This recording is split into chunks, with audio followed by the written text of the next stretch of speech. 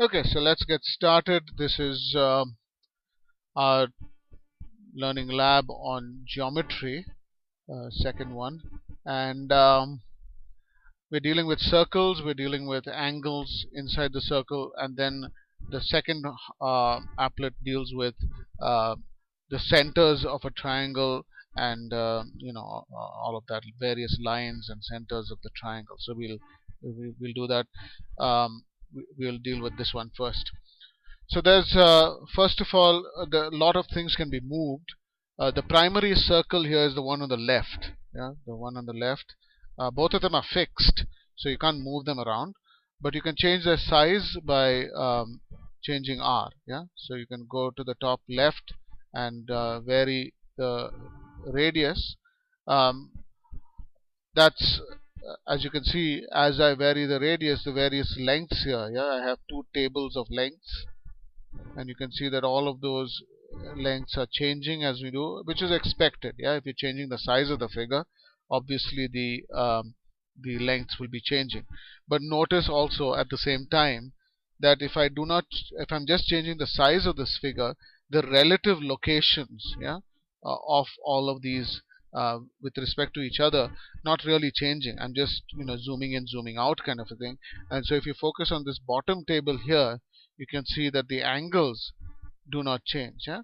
And you can look even here on some angles that I'm labeled here. I can click and drag the label, and you can focus on the angle P, and it does not change. Yeah, which is what you would expect. If you zoomed in and zoomed out, it should look the same. Yeah, it should look just smaller or larger, but the angles should not change. Okay, so that's one thing to keep in mind. Now what I can do here is I can move A, P, B, Q. Yeah, those are the 4 points I can move, and as I move them, I'll be able to vary many other things. So first thing, we'll keep PQ constant. You can keep PQ constant, so I'm not going to move P or Q. I can move A, and you can see that the angle A does not change. Yeah, we did that. The angle subtended uh, angle at a segment of a circle is constant, and that's exactly what we have here. Yeah, if I go into the upper segment here, it's constant, no change there. The same thing can happen if I change B. Yeah, if I move B around, nothing happens. Yeah, now if I can look at A and B, I can see that A is some 78 point, almost 79. B is just above 101. I add them, and you'll see that they add up to 180 degrees, which is what we learned about in a uh, what's it called, cyclic quadrilateral. Okay, so these are some ideas here. You can look at the angles A and C and see a relation between them. You can look at A, P, and Q, yeah, and see that as I vary A, move A, even though the angle A itself doesn't change, P and Q do change. Yeah, P and Q do change. Now this pink line here is a tangent at the point P. Now I could have drawn a tangent at any of these points that I can vary, but I've just drawn it at P. So if I move P, you can see that this pink line will also change, and it will always remain a tangent. Okay, so it's a tangent line. And now I can look at I can compare that measure. I called it delta. I can compare delta with the other angles and draw relationships. So I'm going to be asking you about those things, values especially. Not we've got theorems that we've proved, and so I need to have values that you're going to ask that I'm going to ask you about. Okay, so now keeping PQ constant, let's say I keep PQ at some constant value here. Yeah, and I can see that its length now is 8.99 or whatever unit, centimeters, let's say. Yeah, AP in this position is 7.25, AQ is 9.36, etc., etc. Yeah, now look at the right hand side circle. Yeah, as I move the point A, keeping PQ constant, you can see that the point A dash remains the same. Yeah, but P dash and Q dash move. Yeah, as I move A on the left circle, It's P dash and Q dash that are changing on the right circle. Their locations are changing. You can do nothing about it. Yeah, they these positions are derived from this left circle itself. Okay, so from the left hand side circle, I'm obtaining the positions of A dash, P dash, and Q dash. So I can change Q now, and you'll see that Q dash stays the same, and A dash and P dash vary. Similarly, I can change the point P, and P dash stays the same, and A dash and Q dash vary. Yeah, so I've decided I'm going to focus on the triangle APQ here and get the corresponding points on this right hand side circle, A dash, P dash, and Q dash. Now the lengths, the distances of those points from the x-axis show up in this right hand side table, so you can read them off there rather than having to measure or anything like that. And we are going to see how what kind of relations hold true between the left hand side circle and the right hand side circle in the quiz that I post. Yeah, so keep that in mind. That's what we are going to do. Any questions about this one? The controls are pretty straightforward. Yeah, change the radius, move A, B, P, Q. Yeah, that's basically it, and then you read off various values. Any questions about this one?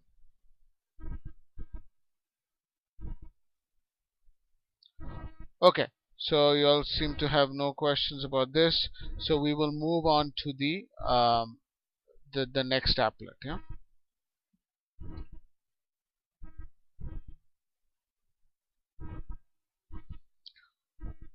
Okay, so this is the second applet. After I explain this, I want you all to go back to that first one on your computers and make sure you all are able to move things around. Okay, if you all are able to move things around, then well and good. Yeah, so otherwise we have a problem. Yeah, and I'll have to fix that. Okay, so here's a triangle, and I am able to move things around again. Yeah, so I can just drag each of the vertices. Yeah, so click and drag.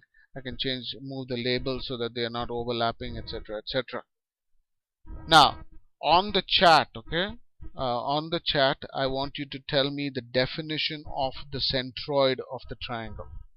Yeah, given a triangle, what is the centroid of the triangle?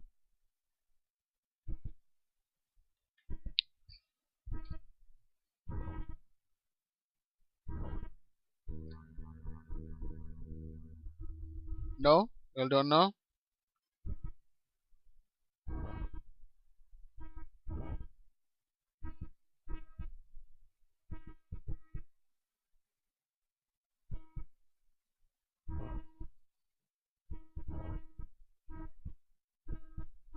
So tell me, what is the definition? What about the others? Kirti, Divyangi, Harshad, Alisha.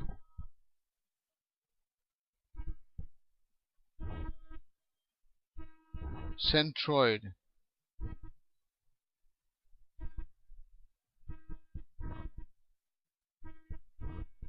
Hmm.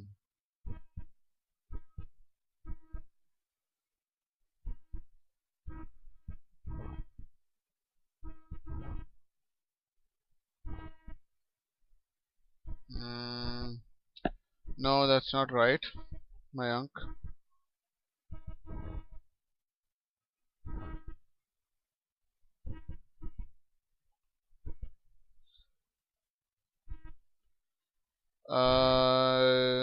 Bisectors of the sides. That I don't know what a bisector of a side is.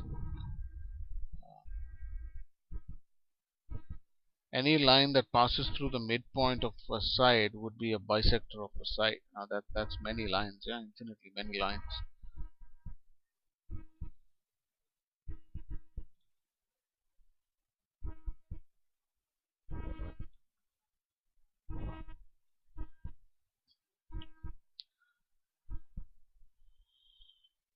No, Kirti, that's not right.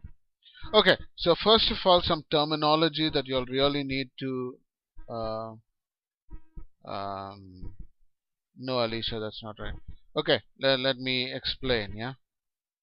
So I have a triangle that's formed by three line segments. Each of these line segments has a midpoint. Yeah. If I join a vertex to the midpoint of the opposite side, so let's say A to the midpoint of BC, then that line is known as a median. Okay. Similarly, from C to the midpoint of AB, from B to the midpoint of CA, I'll get three medians like this, and the point of intersection of the three medians is known as the centroid. So you can see that there, the standard letter used to denote the centroid is the letter G.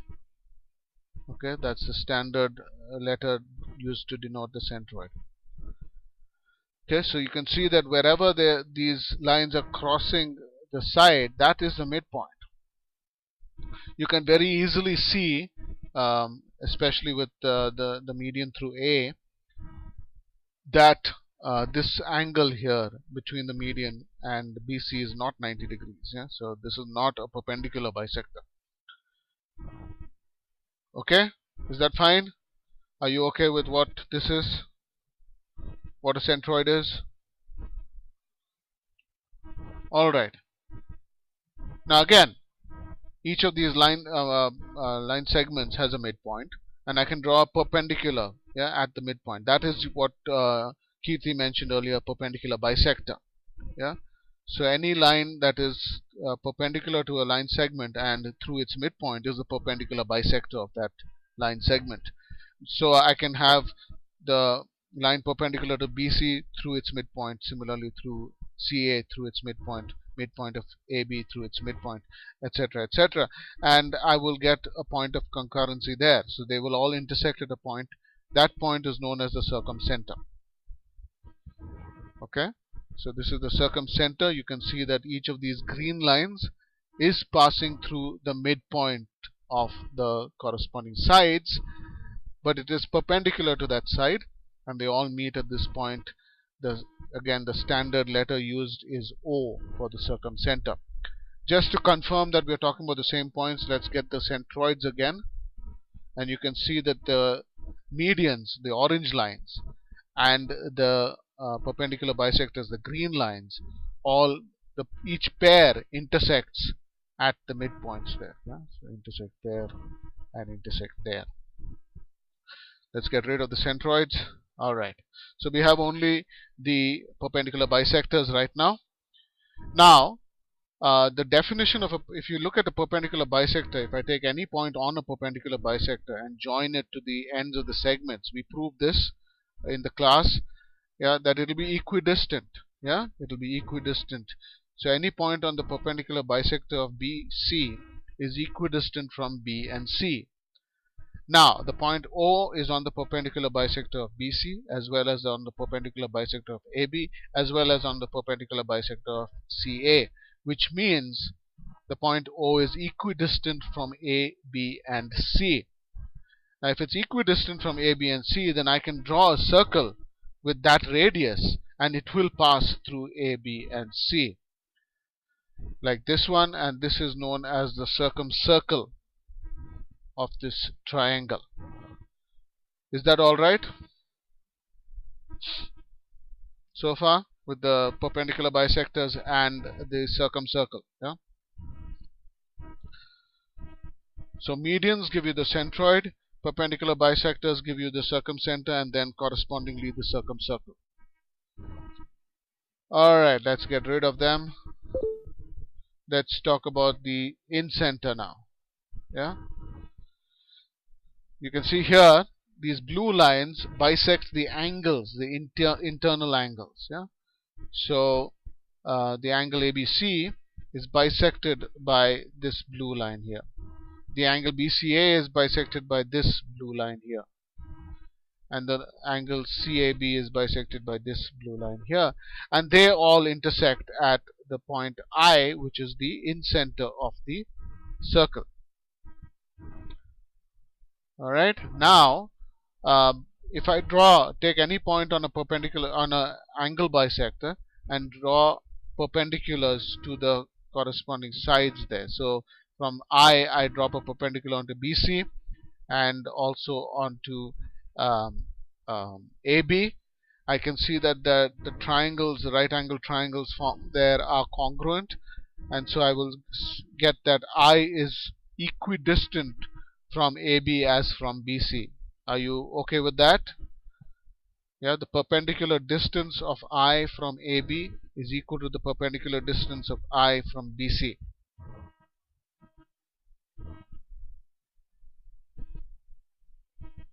How about the others? Yeah. Okay. So if the now I lies on the angle bisector of A, angle bisector of angle B, angle bisector of angle C, and so I should be, the perpendicular distance of I from AB equals perpendicular distance of I from BC equals the perpendicular distance of I from CA, which means with that perpendicular distance as a radius and I as the center, I can draw a circle, and each of these sides will be tangential to it. Yeah, and this is the in circle. Are you okay with this? In center and in circle?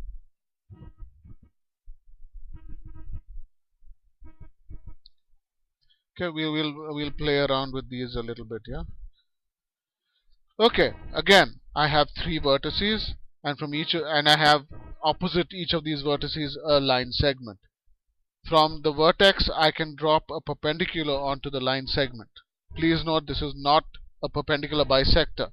This is known as an altitude. Yeah, it's from the vertex, I draw a line that is perpendicular to BC.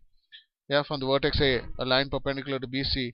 It will intersect at BC at some point that is known as the foot of the perpendicular. And then the line segment from A to the foot of the perpendicular is known as the altitude. Okay, so that's what it would look like here. Yeah, these purple lines are all altitudes. Yeah, so there's an altitude through A, altitude through B, altitude through C, all of them perpendicular to the opposite side. Is that okay?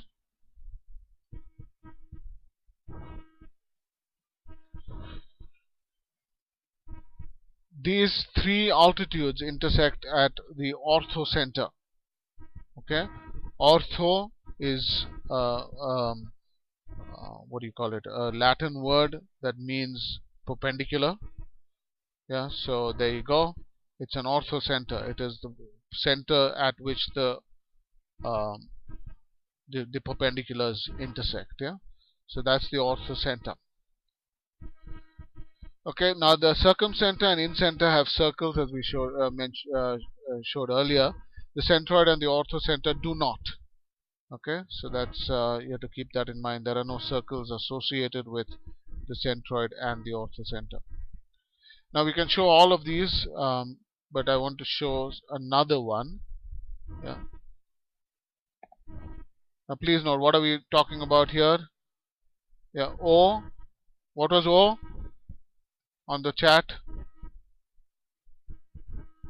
What was O?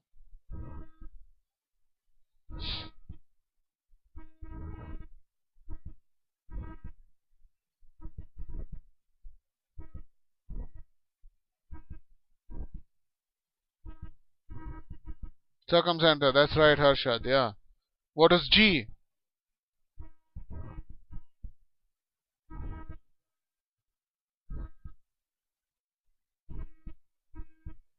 Centroid. That's right. And what is H?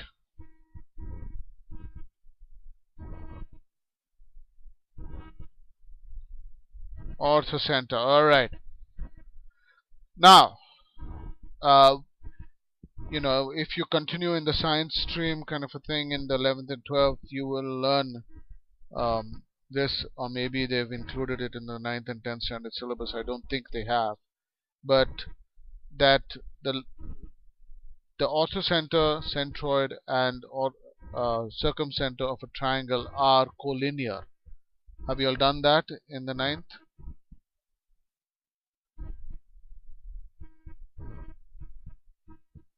Okay. Well, they are. Okay, so they are collinear, and you can see here I will vary one of the points C. So as I'm moving C, you can see that the points, you know, move in such a way that they are collinear. Okay? They're always forming a straight line between them. Okay, how about you tell me what you can read the value of GH and the value of OG here. Can you tell me the ratio? Yeah, GH divided by OG.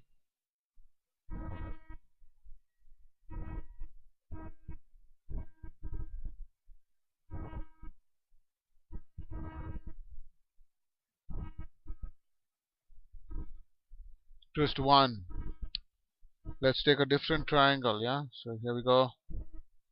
There's OG and there's GH. What about now?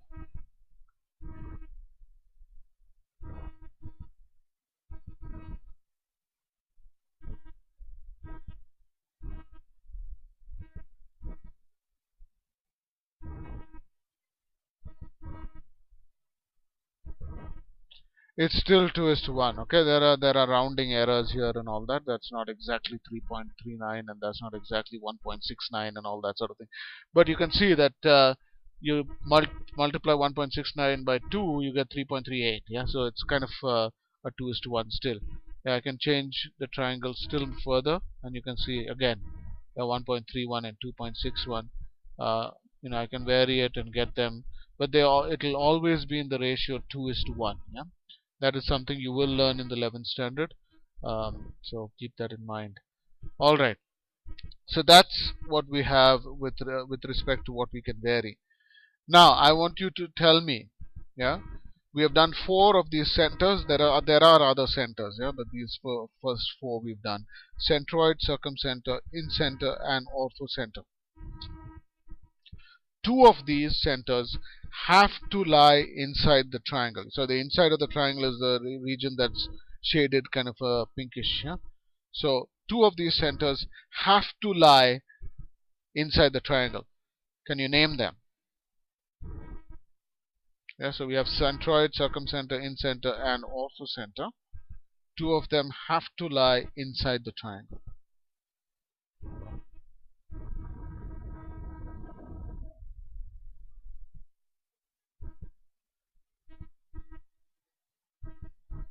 I can't, while I'm sharing my screen, I can't do private chat. So on the regular chat itself, Kirti.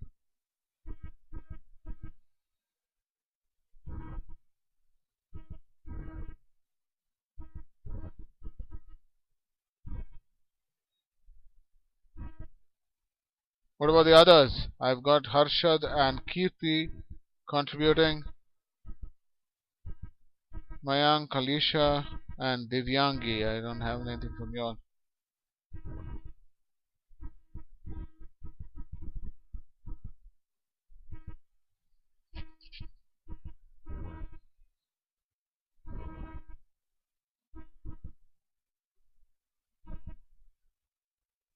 Okay, so 4 of you all say incenter and centroid. Kirti, you say circumcenter.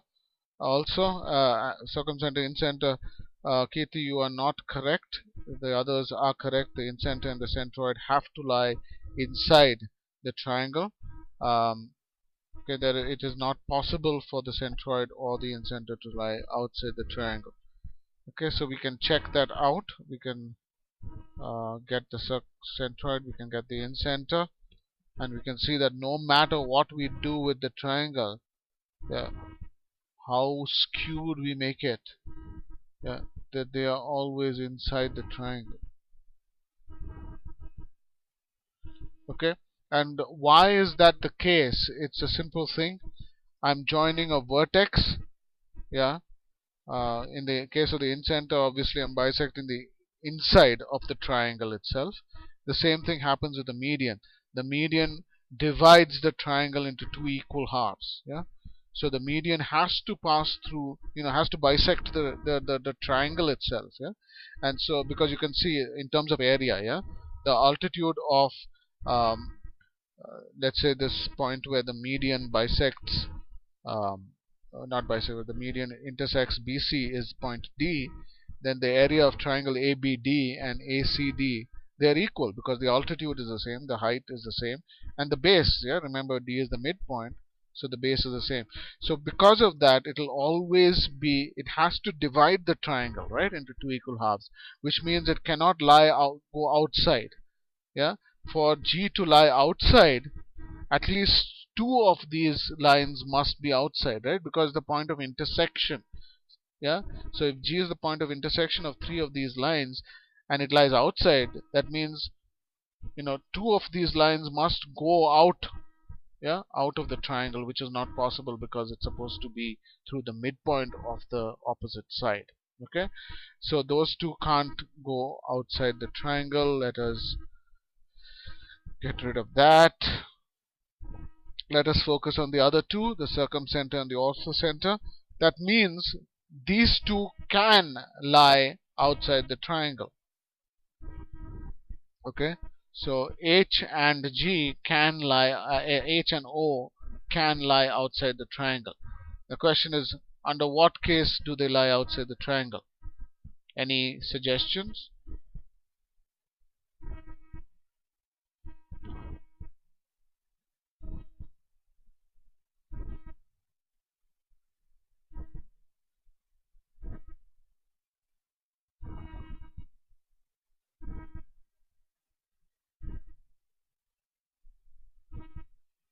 Yeah, what kind of a triangle would it have to be for the circumcenter and orthocenter, not and, let's say circumcenter to lie outside the triangle, orthocenter to lie outside the triangle?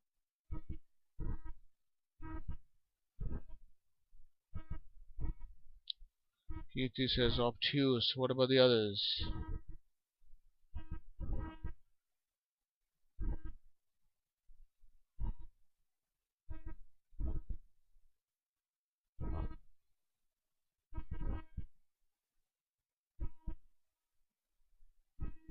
Come on, people.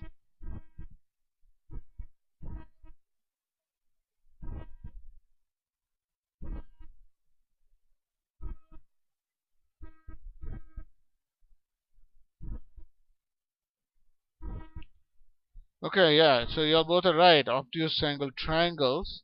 So I'll make this obtuse, evidently. Yeah, very clearly it is an obtuse angle triangle. Um, Alright. So you can see now that these blue lines are the altitudes, yeah? So you can see that here when A is an obtuse angle, the altitude through B and the altitude through C are outside the triangle, yeah? So this line here, this blue line and this blue line here. Okay, they are outside the triangle. Okay, if you look at now the circumcenter, O is also outside, yeah, outside the triangle. Okay, and that's because this perpendicular bisector, yeah, is not passing through the opposite side, yeah, the opposite vertex. It doesn't go close to the opposite vertex. It's diverging from AC, yeah. So as I bisect BA and go into the triangle, the distance of each of these points from AC is increasing. Yes, similarly you can see as I bisect AC, the distance of a point on this green line from the opposite side AB is increasing. Okay, and that's a characteristic of the obtuse angle triangle. Okay, so keep that in mind. The obtuse angle triangle, you have circumcenter and orthocenter outside the triangle. Okay, so it must mean if the orthocenter can be inside as well as outside, similarly with the circumcenter, they must lie on the triangle at some point. Yeah, what kind of a triangle are we dealing with if they lie on the triangle?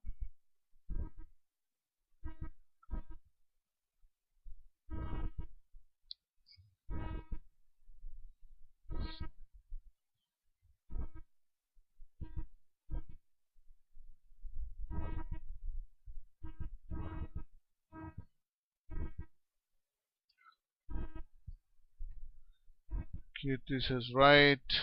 What about the others? Right. What about the others? Alisha and Harshad, Divyangi, you're quiet. What's going on? You agree with these two?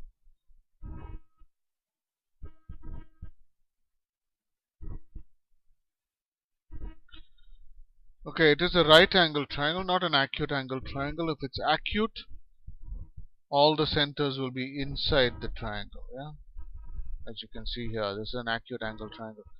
You need them to be a right angle triangle. Let's make it a right angle triangle. And you can see as this is a, you can look at H and O approaching. H is approaching a vertex. O is approaching a side. Okay, and at this point, the orthocenter is the vertex A, which is the right angled vertex, and the circumcenter is the center of the hypotenuse.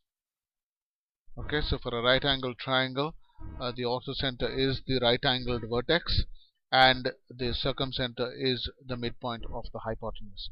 Is that okay?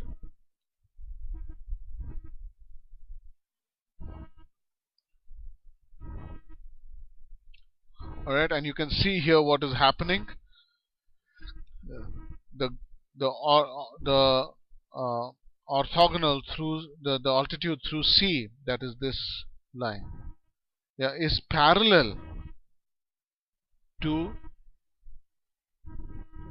this green line, yeah, which is the perpendicular bisector of the opposite side AB. Okay, so the altitude through C is parallel to the perpendicular bisector of AB in a right angle triangle, and similarly the altitude through B is parallel to the perpendicular bisector of AC. Okay, these are things that you can play around with and keep track of. Now I want to get the what is it called?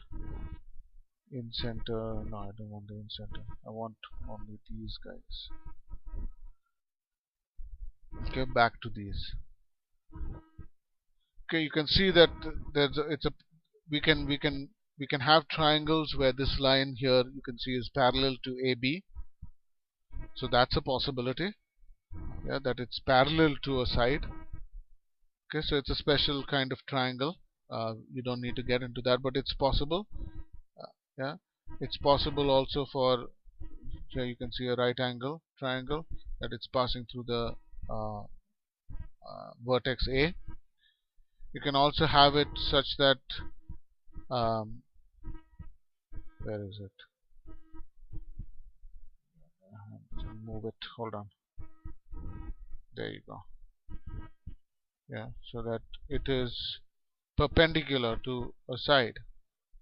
Yeah, so the line OGH is perpendicular to the side BC. Okay, that's also possible. Yeah. What kind of a triangle do you think this is, where OGH is perpendicular to one of the sides?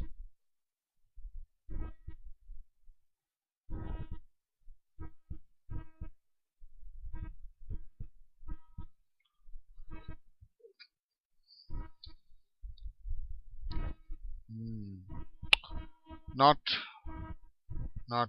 okay. Yeah, in an equilateral triangle, remember, all the perpendicular bisectors are the same as the altitudes, are the same as the angle bisectors, are the same as the medians. Which means in an equilateral triangle, all of these points would be the same point. Yeah, they would be coincident. So you won't have a line then. Yeah, in an equilateral triangle, you just have a point that. Yeah. So yes, Harshad, that's right. In an isosceles triangle, the line OGH will be perpendicular to the side that is unequal. Yeah. So you can see here ABC is isosceles. AB is equal to AC. BC being the unequal side. Yeah, and OGH is perpendicular to it. Alright, so there are a lot of insights that we can get just by looking at these configurations and all of that. And I'm not going to be asking you questions on this applet. I just wanted you to get a qualitative understanding of how triangles work. It'll be there available for you.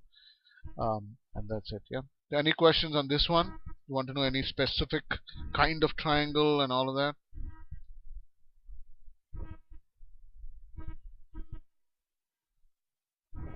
All right.